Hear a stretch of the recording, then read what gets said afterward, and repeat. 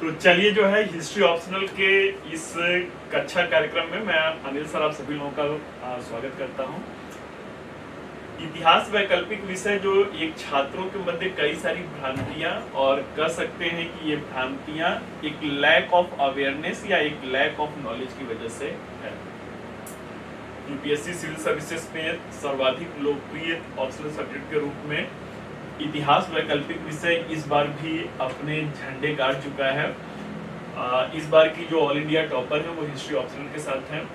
हिंदी माध्यम की बात किया जाए तो हिंदी माध्यम के अभी तक के जो 3 सबसे श्रेष्ठ रिजल्ट हैं वो भी हिस्ट्री ऑप्शनल सब्जेक्ट के साथ ही रहे हुए हैं। तो आइए आज हम लोग थोड़ा बातचीत का जो दायरा रखा जाएगा कि इतिहास वैकल्पिक विषय में मिथ क्या है, मीन्स की जो एक छात्रों में अफवाह है वो क्या है और इसकी रियलिटी क्या है, जो वास्तविक सच्चाई है वो क्या है। तो किसी भी नए बैच की शुरुआत से पहले छात्रों के मध्य इन सारी चीज़ों का एक अवेयरनेस होना सबसे प्राथमिक शर्त के रूप में होता है। तो सबसे पहली एक कह सकते हैं कि जो भ्रांति आप लोगों के बीच में बना हुआ है वो क्या है कि इसका सिलेबस बहुत बड़ा है। इतिहास वैकल्पिक विषय का इतिहास वैकल्पिक विषय का पाठ्यक्रम बहुत बड़ा है। और मैं आप लोगों को स्पष्ट कर दूं कि इसका पाठ्यक्रम बहुत बड़ा नहीं, अगर एक नजरिया है, अगर आप मेरे साथ चल रहे हैं तो मैं आपको सिद्ध कर दूंगा कि ये सबसे छोटे सिलेबस के रूप में जो इनसाइट में आपको दिखता है कि 48 यूनिट लगभग आपको पढ़ने हैं, 48 यूनिट या 50 यूनिट अगर आपको पढ़ने हैं तो आपको देखने में वो चीजें तो लग रही हैं कि बड़ी हैं, परंतु इसमें बहुत सारी चीजों का क्या है रिपीटिशन होगा। हर यूनिट में आपको कैसे देखना है, हर यूनिट में आपको उन्हीं सारी चीजों को बार बार देखना है। तो इस तरीके से क्या है, इस तरीके से एक बड़ा सिलेबस ना होकर के सबसे छोटा सिलेबस है। तो मिथ क्या है कि सबसे बड़ा सिलेबस, सबसे छोटा सिलेबस कैसे है भाई, सबसे छोटा सिलेबस पाठ्यक्रम कैसे है, इसके पीछे कुछ तो रीजन होगा जो मैं कह रहा हूं कि ये सबसे छोटा पाठ्यक्रम है। तो सिलेबस की शुरुआत कहां से हम लोग किया जाएगा, इस बैच की शुरुआत जो है वो प्राचीन भारत के साथ। प्राचीन भारत का अगर आप लोग सिलेबस देखेंगे तो प्राचीन भारत के सिलेबस में आपको सबसे पहले क्या देखना है, पाषाण काल देखना है। पाषाण काल के पश्चात फिर क्या देखना है, ताम्र पाषाण काल देखना है। ताम्र पाषाण काल के पश्चात फिर कौन सा यूनिट आएगा, सिंधु घाटी की सभ्यता आएगी। इसके पश्चात फिर कौन सा यूनिट है, तो सिंधु घाटी की सभ्यता के पश्चात वैदिक संस्कृति का यूनिट है, वैदिक संस्कृति है। इसके पश्चात फिर क्या देखना है, इसके पश्चात प्राक मौर्य काल देखना है। फिर इसके बाद मौर्य काल देखना है। मौर्य काल के पश्चात कौन सा कालखंड है, मौर्योत्तर काल है। मौर्योत्तर काल के पश्चात फिर कौन है, तो मौर्योत्तर काल के पश्चात गुप्त काल है, देन आफ्टर गुप्तोत्तर काल है। और भी इसके अलावा 1-2 यूनिट आ जाते हैं, जब पाठ्यक्रम पर हम लोग आया जाएगा तो बातचीत किया जाएगा। सबसे पहली जो मेरी कह सकते हैं कि एक तरीके से मेरा कंसर्न है कि छात्रों को देखने में लगता है कि बहुत बड़ा सिलेबस है, ये बहुत छोटा सिलेबस है। क्यों, क्योंकि ये एकमात्र ऐसा ऑप्शनल सब्जेक्ट है जहां पे हर यूनिट एक सर्टेन पैटर्न पे किया जाता है। एक सर्टेन पैटर्न मींस की क्या है, कैसे ये सबसे छोटे सिलेबस के रूप में हो जा रहा है।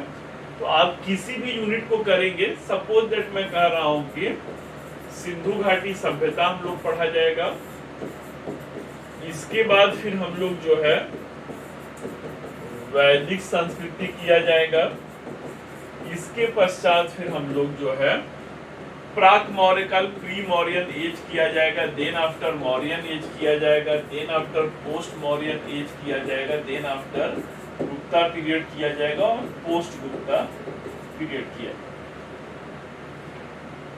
इन सारे यूनिट में आपको क्या करना है, इन सारे यूनिट को एक फिक्स पैटर्न पर लेकर के चलना है। इनका आप क्या देखेंगे, हर यूनिट में आपको वही चीज पढ़ना है।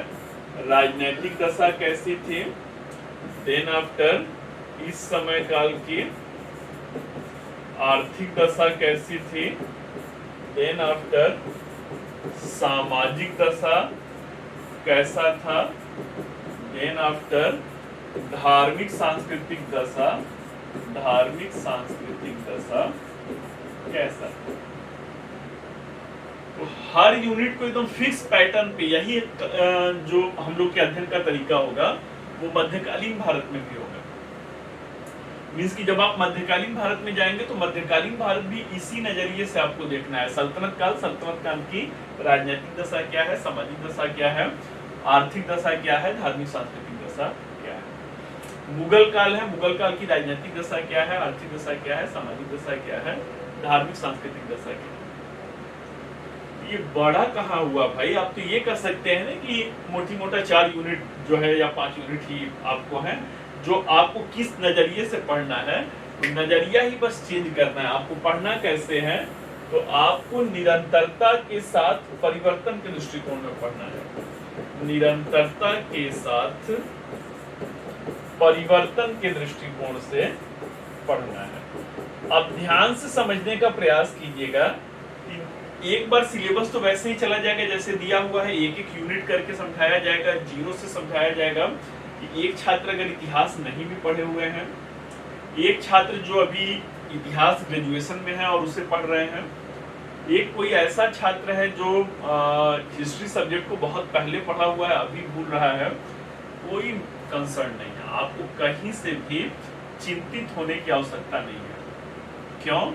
क्योंकि हम लोगों का जो एक वे टू सिलेबस होगा, जो जिस तरीके से हम लोग पाठ्यक्रम को आगे देखा जाएगा, उसमें जीरो से बिल्कुल शुरू किया जाएगा। मींस कि आपका कॉन्सेप्ट बिल्डअप जीरो से किया जाएगा और up to the level of UPSC लाया जाएगा। और बेसिक चीजों से, छोटी छोटी कहानियों के साथ आपको जो है कॉन्सेप्ट क्लियर किया जाएगा। और फिर आईएएस के लेवल पे जब आप आते हैं तो लगभग पिछले वर्षों से बैच जो है वो गवाह रहा है कि 10 साल 15 साल का नहीं, 32 साल 40 साल के पिछले वर्षों के क्वेश्चंस कराए जाते हैं। 32 साल 40 साल का मतलब है कि अगर उस यूनिट से 1979 में क्वेश्चन पूछा गया, जो प्रश्न पत्र आपको मार्केट में आता है वो 1979 से है, 42 साल का क्वेश्चन पेपर है। अगर 1979 में पूछा है तो वहां से हम लोग चलेंगे। अगर मान लीजिए उस यूनिट में 1984 से पहला क्वेश्चन पूछा गया है तो कहने का अर्थ है कि 30 साल से 40 साल के प्रश्न पत्रों को हर यूनिट का करवाया जाएगा। अब भ्रांति क्या था कि बड़ा सिलेबस है, बड़ा सिलेबस नहीं है। सिलेबस तो बस आपका ये 4-5 यूनिट ही है। पढ़ना कैसे है, इस दृष्टिकोण से पढ़ना है। जब आपका प्राचीन भारत समाप्त हो जाएगा तो राजनीतिक दशा किया जाएगा और राजनीतिक दशा में निरंतरता के साथ परिवर्तन को किया जाएगा। एक ही बार में पूरी कहानी खत्म हो जाएगी भाई ने। एक ही बार में अगर प्राचीन भारत की आर्थिक दशा देखा जाए तो जितने भी यूनिट मैंने आप लोग को बताया उन सारे यूनिट को एक बार में अगर कर लिए तो वो 1-1 घंटा में तैयार होता है। अगर एक बार सिलेबस खत्म हो गया तो 1-1 घंटा में ऐसे आप रिवीजन कर ले जाएंगे। पहली भ्रांति की सिलेबस बहुत बड़ा है, ये सिलेबस बड़ा नहीं है, नजरिए का फेर है। असल में देखने में बड़ा है लेकिन क्या है, वो बहुत ही छोटा सिलेबस है। कुछ सिलेबस जैसे होते हैं जो देखने में बहुत छोटे हैं, लेकिन आईएएस को क्या आप समझ रहे हैं, आईएएस अगर वो छोटा सिलेबस है, आसान है, तो सारे लड़के उसी सब्जेक्ट से निकलते हैं। आईएएस उसे इतना ज्यादा अप्लाइड बना देता है कि वो इतना कॉम्प्लिकेटेड हो जाएगा, इतना जटिल हो जाएगा कि एक साधारण छात्र के लिए तो उतना इंटरलिंकिंग अप्रोच वो डेवलप नहीं कर पाते। जैसे पब्लिक एड है, छोटा सिलेबस है, मात्र 26-27 यूनिट उसमें है, लेकिन बहुत ही बड़ा सिलेबस हो जाता है। क्यों? क्योंकि हर टॉपिक को करेक्ट से आपको अप्लाई करना है। इसी तरीके से अगर ये पेपर 1 है, अगर पेपर 2 की हम लोग बात किया जाए तो पेपर 2 में क्या है भाई, पेपर 2 में आप लोगों को ऑप्शनल के 2 चीजें देखना है। पहला क्या है, तो पहला आधुनिक भारत है आधुनिक भारत है, और दूसरा खंड जो होता है, ये सेक्शन ए आधुनिक भारत होगा, सेक्शन बी आपका विश्व इतिहास होगा, विश्व इतिहास। ठीक है, आधुनिक भारत और विश्व इतिहास।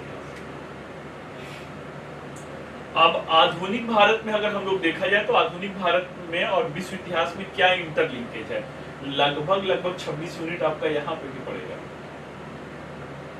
इंटरलिंकअप क्या है, तो वहां पर जो पेपर 1 है, प्राचीन और मध्यकालीन, एक फिक्स पैटर्न पे चल रहा है। राजनीतिक इतिहास, प्रशासनिक इतिहास, सामाजिक इतिहास, आर्थिक इतिहास, धार्मिक सांस्कृतिक इतिहास। यहाँ पर एक बिल्कुल फिक्स पैटर्न, वो एक अलग दुनिया है, ये एक पेपर 2 जो है अलग। यहाँ पे हर घटना को आप किस तरीके से देखेंगे, हर टॉपिक को आप देखेंगे कि वो 3 नजरिए से चल रहा है। कारण है, घटना के जो मुख्य घटनाएं हैं, मुख्य घटनाएं हैं, एंड देन आफ्टर प्रभाव है, देन आफ्टर प्रभाव। कोई भी टॉपिक आपका इन 3 नजरिए से चलेगा। अब आइए उदाहरण देखा जाए। यहां पर आप क्या देखते हैं, यहां पर कई सारे युद्ध देखना है। जब ब्रिटिश साम्राज्य का विस्तार हो रहा है तो आंग्ल मराठा युद्ध है, आंग्ल मैसूर युद्ध है, आंग्ल सिख युद्ध है, आंग्ल अफगान युद्ध है। कोई भी युद्ध, आंग्ल मराठा युद्ध 3 हुआ था, आंग्ल मैसूर युद्ध 4। कोई भी युद्ध अगर आप देखेंगे तो हर युद्ध का, जैसे बक्सर का युद्ध है, प्लासी का युद्ध है, तो सबको एक सर्टेन उसके तहत करेंगे। उसका कारण क्या था, उस युद्ध के दौरान की घटनाएं क्या थी, उसका प्रभाव क्या था। कोई भी युद्ध हो, आप इसी 3 नजरिए से देखें। जब ब्रिटिश साम्राज्य का विस्तार होता है, 100 साल का विस्तार 1757 से 1857 का, उसके प्रतिरोध में क्या होगा, उसके प्रतिरोध में 1857 का विद्रोह होगा। 1857 का विद्रोह भी इसी तरीके से। 1857 के विद्रोह के कारण क्या थे, विद्रोह के दौरान की घटनाएं क्या थी, उसका प्रभाव क्या था। इसके आगे बढ़ेंगे तो भारतीय राष्ट्रीय आंदोलन है। तो भारतीय राष्ट्रीय आंदोलन के उदय के कारण क्या थे, भारतीय राष्ट्रीय आंदोलन के प्रभाव क्या थे। आगे चल करके फिर अगला टॉपिक है बंगाल का विभाजन, पार्टीशन ऑफ बंगाल 1905। उसका कारण क्या था, उसके दौरान की, विभाजन के दौरान की मुख्य घटनाएं। बंग भंग आंदोलन चला था, उसकी मुख्य घटनाएं कौन सी थी, प्रभाव कौन सा था। गांधीवादी युग में आएंगे, असहयोग आंदोलन है, उसका कारण क्या था, उसकी दौरान की घटनाएं क्या थी, उसका प्रभाव क्या था। सविनय अवज्ञा आंदोलन, कारण क्या है, घटनाएं क्या है, प्रभाव क्या है। भारत छोड़ो आंदोलन, कारण क्या है, घटनाएं क्या है, प्रभाव क्या है। विश्व इतिहास में आएंगे तो विश्व इतिहास में आपको पुनर्जागरण पढ़ना है, पुनर्जागरण और धर्म सुधार आंदोलन पढ़ना है।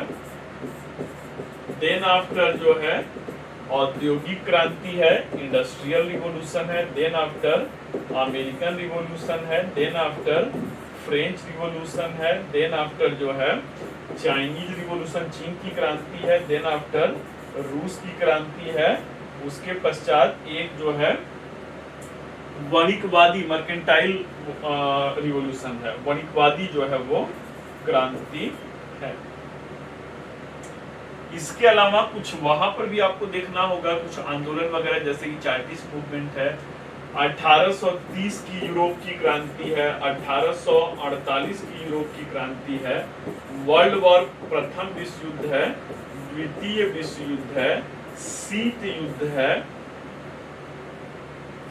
70% सिलेबस तो मैंने अभी बता दिया। कोई भी एक टॉपिक आप उठाएंगे उसे इसी 3 नजरिए से देखना है।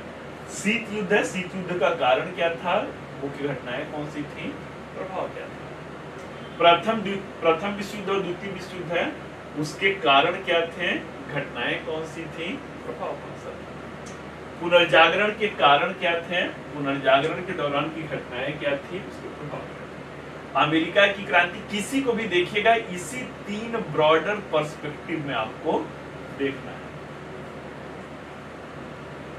अगला जो पेपर 2 से क्वेश्चंस बनता है अगला पेपर 2 से कौन से क्वेश्चंस बनते हैं, तो अगले जो है पर्सनालिटी बेस्ड क्वेश्चंस बनते हैं, व्यक्तित्व आधारित प्रश्न बनते हैं।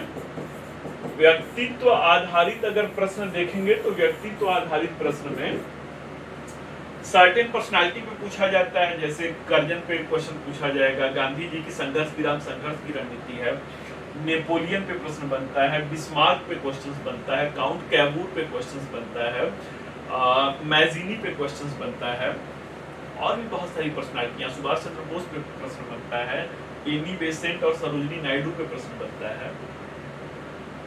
तो सिलेबस कहाँ बड़ा है भाई, सिलेबस तो बस पेपर 2 को इसी तरीके से देखना है ना, मतलब 3 ब्रॉडर पर्सपेक्टिव में पहले से दिमाग में बना लेना है कि 3 दृष्टिकोण से पढ़ना है, व्यक्तित्व आधारित प्रश्न करने हैं। देखन में जो है क्या है, देखन में तो सिलेबस बहुत बड़ा लग रहा है, लेकिन अंततः सिलेबस है क्या, बहुत ही संक्षिप्त सिलेबस है।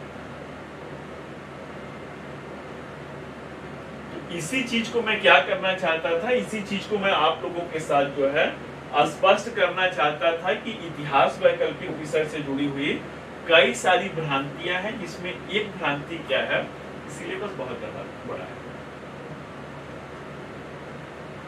तो आइए जो है, अगर मेरे साथ आप सहज महसूस कर रहे हैं, 1-2 क्लासेज आप लोगों की लाइव लिया जाएगा, लाइव क्लासेज जिसकी जो डेमो क्लास होता है। आइए, अगर आपका सपना है कि आईएएस और पीसीएस आपको करना है, आपसे ज्यादा मेहनत ये आप महसूस करेंगे, हर क्लास में भी महसूस करेंगे कि आपसे ज्यादा मेहनत हम लोग करते हैं। हिस्ट्री ऑप्शनल करने से आपको फायदा, मेरे साथ करने से आपको फायदा क्या होगा, जितना पढ़ाई पे ध्यान दिया जाता है उससे ज्यादा आपके आंसर राइटिंग पे ध्यान दिया जाता है। तो पढ़ा अल्टीमेटली आप समझ रहे होंगे कि जो सिलेक्शन होता है, सिलेक्शन जो है आंसर राइटिंग के साथ होता है। तो अल्टीमेटली क्या है, अल्टीमेटली आपको आईएएस का एग्जाम, या अगर आप अपने राज्य स्तर के एग्जाम की तैयारी कर रहे हैं, पीसीएस की तैयारी कर रहे हैं, या आप किसी भी स्टेट पीसीएस की तैयारी कर रहे हैं, बीपीएससी कर रहे हैं, यूपी पीसीएस कर रहे हैं, तो हर फील्ड में आप बेहद ही सहज हमारे साथ महसूस करेंगे। चलिए छात्रों, इसी आशा के साथ कि जल्द ही फिर से हम लोग आप लोगों के साथ लाइव बैचेज में जुड़ा जा रहा है, तो आज की इस कक्षा कार्यक्रम को यहीं पे हम लोग विराम देते हैं। मिलते हैं फिर अगले किसी नेक्स्ट वीडियो में इसी तरह के इंफॉर्मेटिव जो है सूचनाओं के साथ। All the best, stay with us, thank you.